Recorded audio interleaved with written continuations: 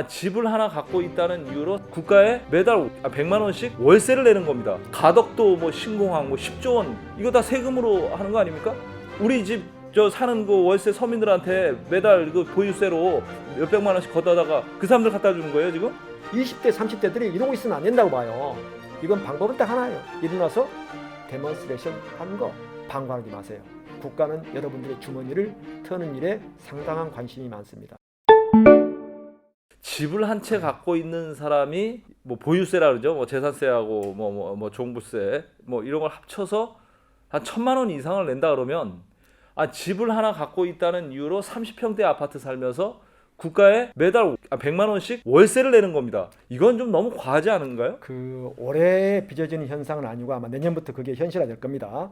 왜냐하면 공시가를 현실화시키는 90%까지 맞추는 그래서 거죠. 2025년에 맞추면 아마 그 서울의 이른바 강남 4구 그리고 이 마용성 지역 CBS가 있는 이 목동 뭐 할 것 없이 서울 전역의 절반 이상의 집을 소유한 사람들은 이른바 보유세 그러니까 재산세와 종부세를 합친 보유세를 최소 300만 원에서 한 4, 5천만 원까지 아마 낼 가능성이 농후합니다. 그런데 진짜 영끌이라 그러죠. 억지로 해서 대출 받아고 집을 산 젊은 부부들 또 은퇴하신 분들이 그럼 무슨 돈으로 국가에다 월세를 거의 한 3, 400만 원씩 매달 내면서 살 수 있을까요? 이게 말이 되는 상황인가요, 이게 지금? 대한민국의 문제가 뭐냐면 지금 살 때 취득세, 다음에는 보유할 때 보유세, 이제 마지막에 팔 때 양도세 내지 않습니까? 세 가지 세금이 가장 높은 나라가 지금 대한민국의 이 지금 조세 구조거든요. 미국만 해도 보유세가 있지 취득세나 양도세가 아주 약하거든요. 근데 우리나라는 지자체들이 이 재산세에서 걷어들인 세금이 엄청 많아요. 그러니까 지방자치단체들이 이 세금을 낮추거나 없애는데 아주 결사 반대를 해서 이 세금을 앞으로 낮추기도 어려운데 아마 조세 저항 운동이 아마 불붙듯이 한 2, 3년 내에는 일어나지 않을까 싶습니다. 2, 3년까지 안 걸릴 것 같습니다. 당장 강남 지역하고 마용성 지역은 이번 달 말부터 세금 고지서가 나간다고 합니다. 이렇게 되면 5, 600만 원 선에 내던 분들이 1,000만 원 가까이 세금을 내야 되는 상황이 오거든요. 그렇다면 정말로 집이 필요해서 거주하는 실거주자에 대한 세금은 좀 완화해주는 이런 게 좀 검토가 필요한 상황이 아닌가. 그렇게 되면 2, 3년이 아니라 당장 올해 말부터 진짜 민심이 크게 흔들릴 것 같습니다. 내년 4월 7일 서울시장과 부산시장 보궐선거지 않습니까? 아마 최대 현안은 부동산 세제, 부동산 규제 문제가 될 것입니다. 민주당의 서울시장 후보로 나온 분도 이 부분을 공약을 할 개연성이 농후합니다. 따라서 이 부분이 고쳐지기는 고쳐질 텐데 한번 올린 세금을 함부로 깎기가 어려울 겁니다. 그래서 아마 2020년 대통령 선거 때 최대의 현안은 이 부동산 규제 문제가 될 거예요. 세금 걷는 문제는 좀 차치하고라도 그 세금이라도 제발 좀 제대로 좀 썼으면 좋겠습니다.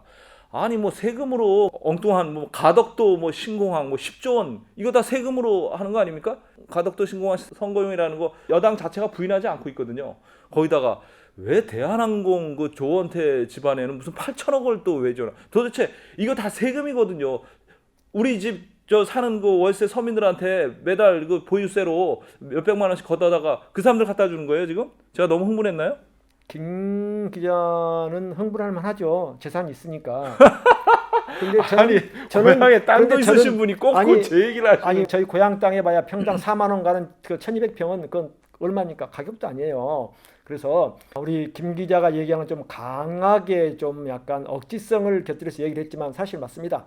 왜냐하면 정부가 세금을 사실 많이 걷습니다. 그리고 사실상의 증세를 했어요. 또 내년 10월부터는 비트코인 등 가상화폐에 대해서도 20% 세금을 때립니다. 다시 말해서 하여튼 기재부의 세제시를 하는 일은 오직 세금을 어떻게 하면 더 걷냐. 심하게 말하면 국민의 주머니를 터는 일에 오직 혈안이 되어 있고 그럴 때 정치인들은 이제 정권을 잡아가지고 뭐하냐. 생색내는 공약 실천하는데 이 세금을 무분별하게 많이 쓴 것도 사실입니다. 이 김해 신공항을 사실 확장하면 4조 7천억 돈이 들어요. 반면에 가덕도 신공항을 만들면 무려 12조 원의 돈이 듭니다. 네. 거기에 무슨 문제가 있냐면 가덕도는 수심이 20m가 넘어요. 20m 바다를 매립하고 주변 산을 깎아서 절개해서 메우는 건데 거기다 또 봄, 여름, 가을철 되면 태풍도 지나가는 길목이에요. 물론 부산, 경남, 울산 시민구를 생각하고 또 지역 균형 발전을 고려한다면 영남권, 특히 동남권의 신공항이 반드시 필요하지만 꼭 가덕도인가? 여기에 들어가는 5조가 됐든 10조가 됐든 공사 계속 이제 하면 20조가 되겠지만 이 돈들은 다 국민 세금입니다. 그렇습니다. 어떻게 보면 이명박 정부나 박근혜 정부가 동남권 신공항 문제에 대해서 합리적 결정을 내린 겁니다. 이명박 정부에서는 밀양이나 가덕도가 다 경제성이 없다라고 다 백지화시켰잖아요. 그러니까 박근혜 정부에서는 그나마 동남권 신공항에 가장 대체할 수 있는 방법이 김해공항을 확장하는 방안이라 그래서 용역까지 줘서 2016년에 결정을 했는데 이거를 정부 스스로도 어저께 그랬잖아요. 발표하시는 분이 그러더라고요. 큰 문제가 없다고 얘기하면서 그걸 백지화시킨다? 이런 코미디 같은 정책이 어디 있습니까? 이게 10조 원의 돈을 이제 가덕도 공항 신공항을 짓는다 그러면 최소 3, 4조는 부산 경남권에 딱 뿌려지는단 말이에요. 그러면 그 지역 건설업자들 뭐 사실 납품업체들도 일종의 그로 인해서 먹고 사는데 그러니까 이 건설업을 하는 분들은 정부 돈을 빼먹는 거, 광급 공산을 따는 게 가장 손쉽다 보니까 계속해서 무슨 사업을 하고 건설해야 된다 이렇게 부풀리는 거예요. 그럼 그 사람들과 연계되는 이 정치권들, 정치인들은 사실 후원금 받아 살지 않습니까? 가장 후원금을 많이 하는 사람들이 누구냐? 심하게 말하면 건설업자들이에요. 다 결탁되어 있는 거예요. 그 중간에 세금 내는 납세자들만 주머니가 털리는 거죠. 그렇습니다. 대한항공에 8천억씩 지원하는 것도 저는 납득이 안 갑니다. 저는 그게 납득이 가요.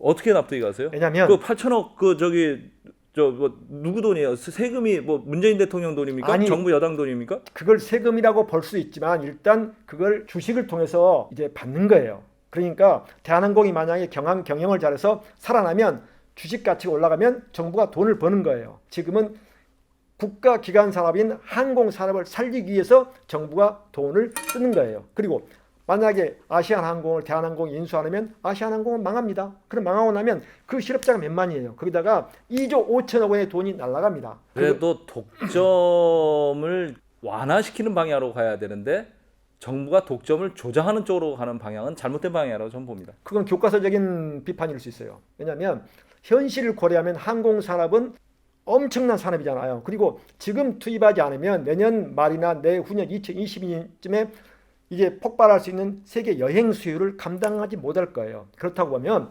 어떤 이유가 됐든 저는 8천억이 아니라 8조 원 돈을 들여서라도 대한항공과 아시아나항공을 살려서 그야말로 세계 항공사들하고 경쟁을 하도록 정부가 뒷받침해줘야 된다.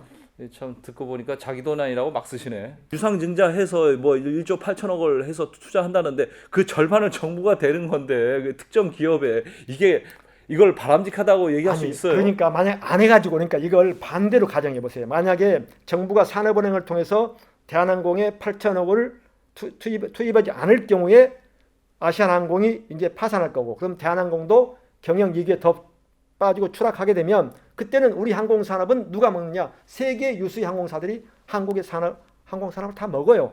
그럼 어떻게 할 거예요? 다시 말해서 산업은행이 대한항공 인수를 허가하기 전에 5대 재벌들에게 다 여쭤봤답니다. 왜냐하면 진짜 아시아나항공을 좀 인수할 의향이 없느냐. 근데 모든 기업들이 특히 현산도 거부를 했지 않습니까? 시기가 안 좋은 거죠. 코로나 사태까지 겹치면서 모든 기업들이 당장 한 2, 3년 안에는 항공산업에 희망이 없다고 보는 건데 그래도 이런 식으로 이거 정부가 문제를 풀어가고 관이 주도하는 방식은 옳지 않은 것 같습니다. 하여간 세금을 지금 너무 많이 걷고 그 세금을 엉뚱한데 이렇게 쓰고 있다는 게 오늘의 얘기의 초점인데 그런데 지금 국회에서 예산 심의를 하는데 내년도 예산이 556조입니다. 올해 정부가 재정 적자가 110조 가량이 됩니다. 국민들이 정신을 차려야 될 게 뭐냐면 지금 세금을 내는 뿐만이 아니라 지금 이렇게 많이 끌어다 쓰면 지금 40대, 20대, 30대들이 나중에 주머니를 다 털립니다. 간단히 말해서 20대, 30대들이 이러고 있으면 안 된다고 봐요. 정부로 하여금 그리고 기성세대로 하여금 너무 세금을 많이 걷지 말고 그리고 재정 적자를 하지 마라. 그리고 국민연금, 공무원연금, 군인연금 등 다 적자에 허덕이고 있는데 나중에 우리 후배들이 다 감당할 부분이거든요. 그래서 이건 방법은 딱 하나예요. 이들이 일어나서 데몬스트레이션 하는 거 방관하지 마세요. 국가는 여러분들의 주머니를 터는 일에 상당한 관심이 많습니다. 더 심하게 얘기하고 싶지만 아주 격을 낮춰서 얘기를 하는 겁니다. 그래도 세금 막 갖다 그 정부가 쓰고 엉뚱한 데 지원하는 거에 대해서는 별로 그렇게 너그럽게 얘기하시면서 그 앞뒤가 좀 안 맞는 것 같지 않아요? 그건 앞뒤가 안 맞는 거 아니죠. 정부가 과도하게 세금을 걷고 재정 적자를 통해서 뭔가 생색내리고 하는 것은 잘못됐지만 앞으로 2년, 3년, 5년, 10년 뒤에 항공산업계를 볼 때는 필요하다 이런 얘기니까. 네, 정리하시죠. 3년 전에 검찰에서 나온 전 고검장이 그러더라고요. 노컷 카톡을 열심히 보는데 참으로 볼만한 유튜브다. 그러면서 많은 사람들이 시청하면 대한민국의 건전한 여론 형성을 위해서 크게 도움이 될 텐데라고 하더라고요. 그래서 요청합니다. 왼쪽이냐 오른쪽에 뭐 이렇게 치우치지 않고 뭐 좀 객관적으로 얘기하니까 그럴 거예요. 근데 재미는 없다 그러더라고요. 재밌다 그러던데? 재미 없다 그러더라고요. 있다 그러던데? 예, 저희 가족들도 안 봐요. 여기 이상한 가족이에요. 자, 여러분 진짜 마치겠습니다. 노컷 카톡 구독, 좋아요. 고맙습니다. 오랜만에 휴가를 갔다 왔더니 뭐 세상에 뭐 이렇게 좋은 소식이 없어요. 그 제가 없는 동안에 혼자 하셨더만요. 혼자 하시니까 어때요? 보기 좋던데요? 혼자 하는 것도 나름대로 좋은 점이 많더라고요. 네. 제 어떤 점이 얘기를 좋던가요? 확실하게 할 수 있고 그리고 의식할 필요가 없다. 누구를 지금까지 저를 의식했다는 얘기인가요? 조금씩 의식하죠. 제가 네. 제가 의식하다기보다는 그 일방적인 주장을 펼 때 제가 어느 정도 뭐 이렇게 좀 균형자 역할을 한 거겠죠. 제가 아니, 또 일방적인 얘기를 한다 싶으면 또 이제 김 실장님이 그게 아니고 이 유튜브의 특성상 서로 상반된 의견을 개진함으로써 보거나 듣는 분들이 아마도 접속을 더 많이 한다 이런 그 통설 같은 게 있지 않습니까? 네. 그런데 그래서 본의 아니게 자기 소신과 신념과 다름에도 불구하고 그에 대한 반대 논리 또 아니면 그 찬성 논리를 전개를 했는데 그걸 안 하니까 좋더라고요. 네. 오늘 또 보나마나 또 약간 의도와 달리 평소 소신과나 그 세상을 보는 안목과 달리 또 찬반 논리를 전개할 또 때가 있지 않을까 싶어요. 그렇죠. 서로 이제 토론을 하면서 자기의 잘못된 생각을 또 수정하고 새로운 생각을 또 정리해가는 과정이기도 하니까요.